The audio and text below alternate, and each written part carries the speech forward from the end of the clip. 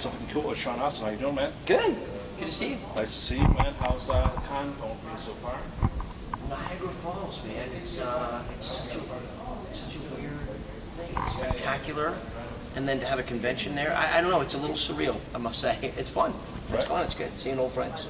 Very cool. Joey Pantoliano's here. That's fun. Yeah, the Fratellis are both here for you. Yeah. I haven't seen Robert yet, but yeah. 30th anniversary of Goonies is this weekend of the release. June 7th, 1985. And we're coming up on June 7th, 2015. I know. Older man. I remember watching that when I was a kid. But it's fun. It's a fun way to bring it in. I know there's a lot of people in Astoria, Oregon, who are gathering, and some of the cast are there, and so it's fun. It's fun. Conventions are they've become something altogether different than they were 15 years ago when I first started doing them. Now it's family. Right. It's a pure family event. Definitely. Now, before I jump in, I got a couple questions to ask you, buddy. I know a lot of current releases, but you just mentioned the Goonies. What do you think's going to happen first? A sequel of the Goonies or a complete remake? What do you think might pop out before one or the other? I think a complete reboot would be easier for them to do. So they may end up at a certain point by default doing that because people are so hungry for it. Right. But I think people want to see the characters that they know where they've come and their kids and stuff. So a sequel. I know they've been trying to do a proper sequel for 30 years. So I don't know what will happen, but it's anybody's guess. But there will be a sequel. There's no question about that. Will you be involved if it does happen then? If they want me to be, if they want me to be. Very cool. I think all of us would be. Definitely, it'd be great to see how everyone turned out. Yeah, I think everybody you can't help but fantasize about what you think. What would Mike be doing? Would he be running the Smithsonian now? Would he his dad was a curator of the little Astoria Museum? Would he be? You don't know. Very cool. It'd be fun to see what they come up with. And I know that the reason it hasn't happened is because they haven't captured the magic yet in their minds and in their hearts. And Stephen and Dick and Chris Columbus and Warner Brothers, and they've been so careful for so long that now it's like it can't suck. They can't go out with it unless it's going to be good. Yeah, definitely. Now you see all the reboots that come out. You know what I mean? I mean, if there was that option, who would you want to play you? Justin Bieber. Justin Bieber. In my theory, if you always just point to somebody really, I don't know. I have no idea who would play anybody. Maybe be played by a girl. Have Mikey be a girl. Right. Yeah, different Something different, yeah. Sure, definitely. I don't know. Somebody good. I watched my dad see the Addams Family movies come along. Right. He was famous for playing Gomez, the original Gomez. He created the role, really, based on the Charles Addams cartoons. And when the movies came along, it had to have been a little bittersweet because there was a whole new resurgence in appreciation 20 years later. For his show from the 60s. But he wasn't sort of a part of it. And I think I made my peace with the idea that time marches on. Right. And if you're lucky, nobody can ever take away the Goonies. Nobody can ever take away Lord of the Rings from my experience with it. But they will do it again. And so when that time comes, I'll smile and enjoy it and be happy for it. Well, I mean, you've got the world locked down. I mean, obviously with the Goonies, you'll always be who you were, and with Lord of the Rings, dude, it's the same way. Well, it's funny you said that because parents come up and they're like, "Hey, I want you to meet Mikey. Remember we watched the Goonies, the little boy with the inhaler," and the little kids are saying, "Yeah. This is Mikey," and they look up at the 44-year-old guy and they're like, "That's not a Hobbit. That's not a Goonie." I'm like, "Oh, sort of. I kind of was." Well, our little kids now, they want to know you as Raphael. Raphael, yeah. That's the other one. Parents are like, "You want to meet Raphael?" And they're a little worried because it's like, you haven't seen a lot of, Ninja Turtles in your life, and now they're going to meet one, and they look up and they're a little disappointed and confused. And I say, "I know how to sound like Raphael." Right. Come on, stop talking and start. Yeah, so they like that. Were you disappointed that they went with different roles in the movie than they did from the cartoon? I mean, I know it's separate entities, but it's. I think at this point I'm really aware of how the system works. You're aware of how films are cast and filmed and everything, and the animation world is its own unique thing. So I think think we might have wondered aloud, the cast on the show, like, oh boy, I wonder who they'll want to do those parts. And my first thought was, no, they're not going to want us to, they're going to have their own thing. And then you start to think, well, maybe, I mean, the show's pretty good and kids are identifying with it. And then they hired the actors they hired for the movie. And Johnny Knoxville. who's that? No, I'm kidding. That's what I just did that show. Now I'm making Johnny Knoxville money. But no, so they're their own little creations, They're their own creations. Not little, their own $100 million creations. Right, yeah. Far from little, that's for sure. No, but like if you have kids, and they do their art projects, a kid comes up to you and they have their drawings that they did, and they're beautiful. That's theirs. Right. And they can be, and if it's Spider-Man or if it's some big franchise, when they do their interpretation of it, that's their interpretation of it. I think it's really the same spirit is in play when you have, different reboots and franchises and iterations, and so I don't expect that one thing should carry over to the next. Yeah, definitely. I understand this. And I wasn't bummed about it. It might have been cool, but it didn't occur to me to be bummed out about it.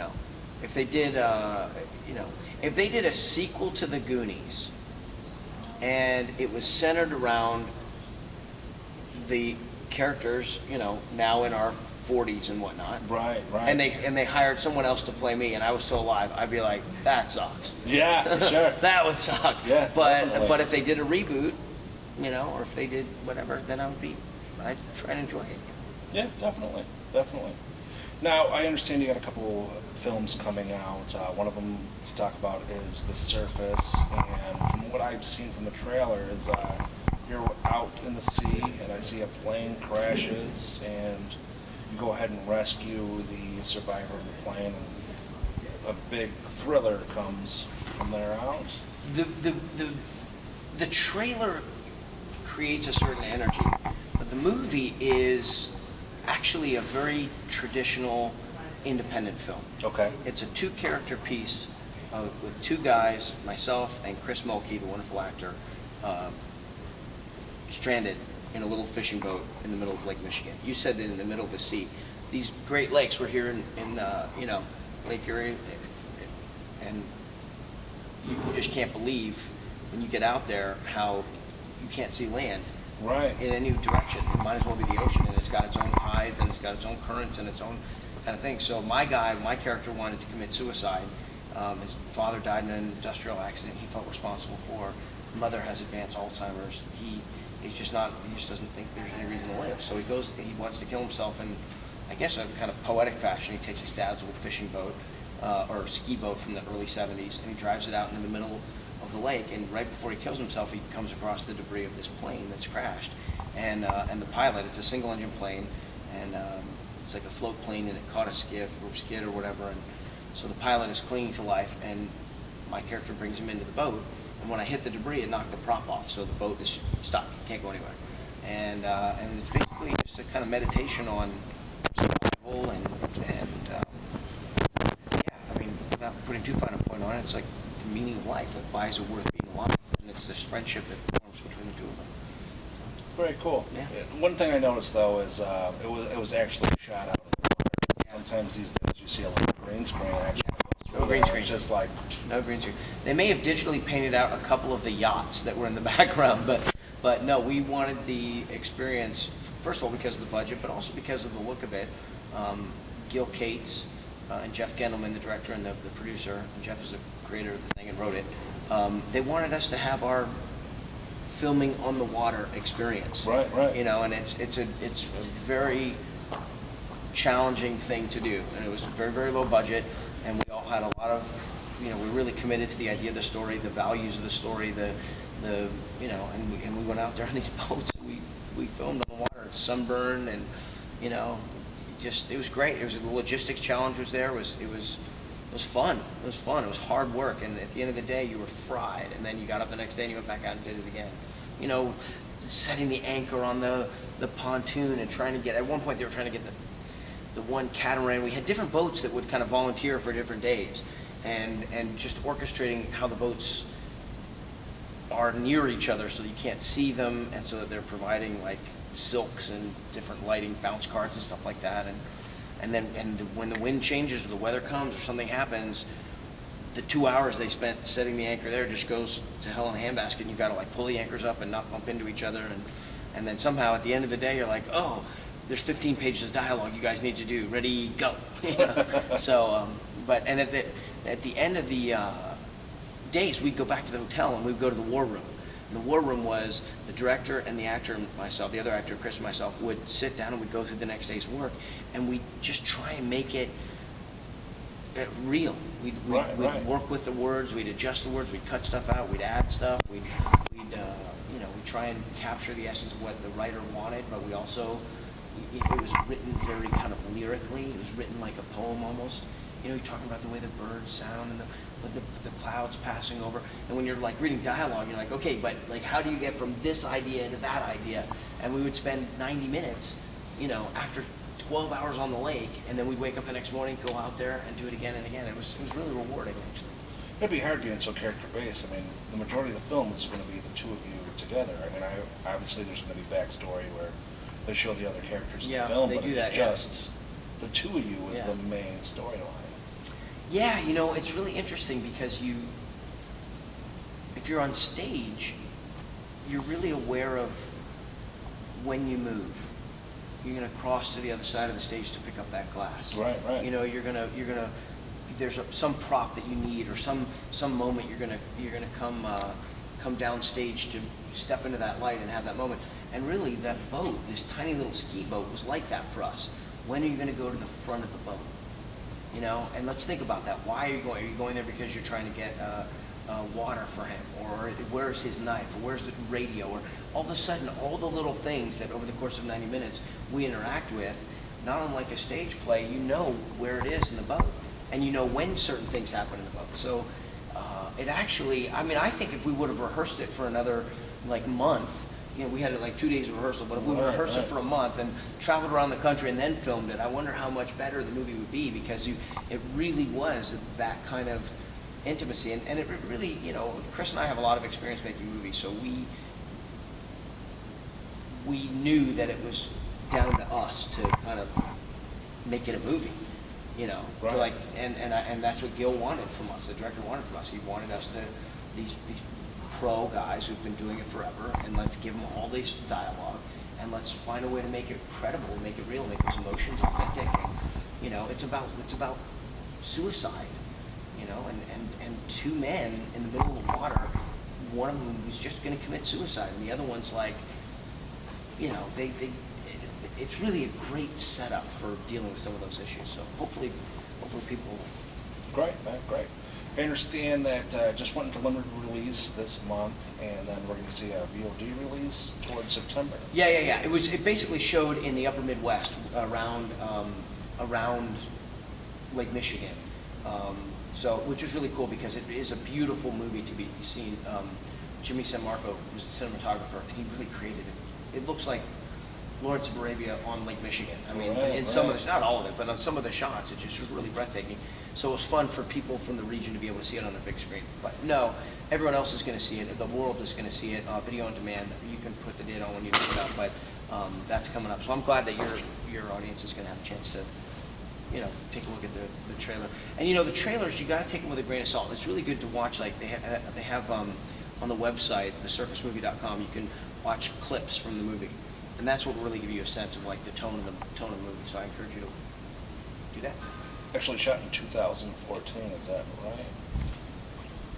A little I earlier? think it might have been 2013. It took a long time to finish it. Yeah, we're wrapping it up. Okay. It took a long time to finish. You know, it was one of those classic independent film stories where the guy raises money. First of all, it takes 20 years to get the story like into the hands of people who can actually make it, and then it takes him 20 years to get it where people invest some money. And then he finally gets that done, and Jeff is just a warrior, Jeff Gendelman, and he actually plays the drug dealer. There is a thriller element. The guy, the pilot, was actually a courier. He was bringing some drugs across the lake. The backpack. The backpack, yeah, or drugs, money, whatever it was. The organs, you don't know what it is, but so Jeff Gendelman, the project creator, he, the writer, the creator of the movie, he plays the drug overlord or whatever, who and he's pretty good. He's kind of chillingly creepy, I think. Jeff, sorry, love you in a good way, in character creepy. Very cool, very cool. And the other film that I see that you have coming out is going to be Woodlawn with C. Thomas Howell? Yeah. C. Thomas Howell is awesome. Yeah, it's the true story of Tony Nathan in his high school career.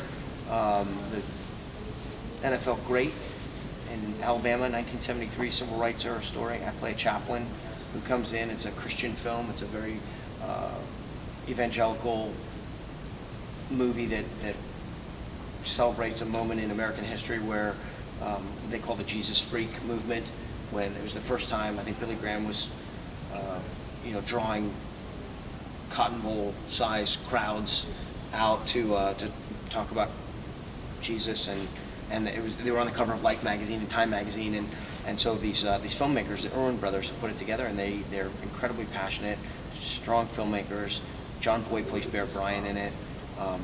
It's visually beautiful. I got to say great words as this chaplain, these like sweeping religious speeches, and that was great fun. So I think that'll hit hard when it comes out. Great, man, great.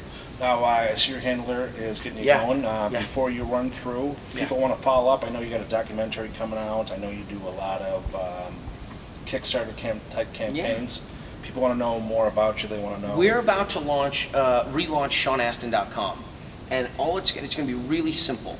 There's going to be 3 one-sheets on the bottom that shows like what's happening right now, and then there's the post. It's just SeanAstin.com. If you really want to know, it's a site whose mission is to let you point in the direction of any of those things that you might be interested in. So when does this go up? This will be up this weekend. All right, so I don't know if the site will be launched yet or not, but it will hopefully within the next week we'll be ready to go. In the meantime, your Twitter and everything like that. Yeah, at Sean Astin is Twitter. I really use Facebook a lot. Okay. Sean Astin public Facebook page. I talk too much for Twitter. Right, I mean, Twitter's great. Twitter brought me there, but I've been treating it like a blog, really, and I've been writing these. I do a lot of running. I'm running the Ironman Kona. Yeah, going to Hawaii. Right? Yeah, I'm going to go to Hawaii on October 10th, and so I'm in training for that now. I'm actually going to run the women's half marathon. I'll be one of the few gentlemen runners Sunday here in Niagara, and it's all about training, and yeah, there's so much. I get to do so much good stuff. But cool. Go to SeanAstin.com. That'll be the good. I'm looking forward to drawing people's attention to that, because actually on the bottom of it says in the Facebook font, Facebook is how I communicate with the world. Like my page and join the conversation, and we were like, what do we really want a website to do? And I'm like, that's basically it. Right. That's how I'm able to share my thoughts and ideas and stuff. So join me on Facebook.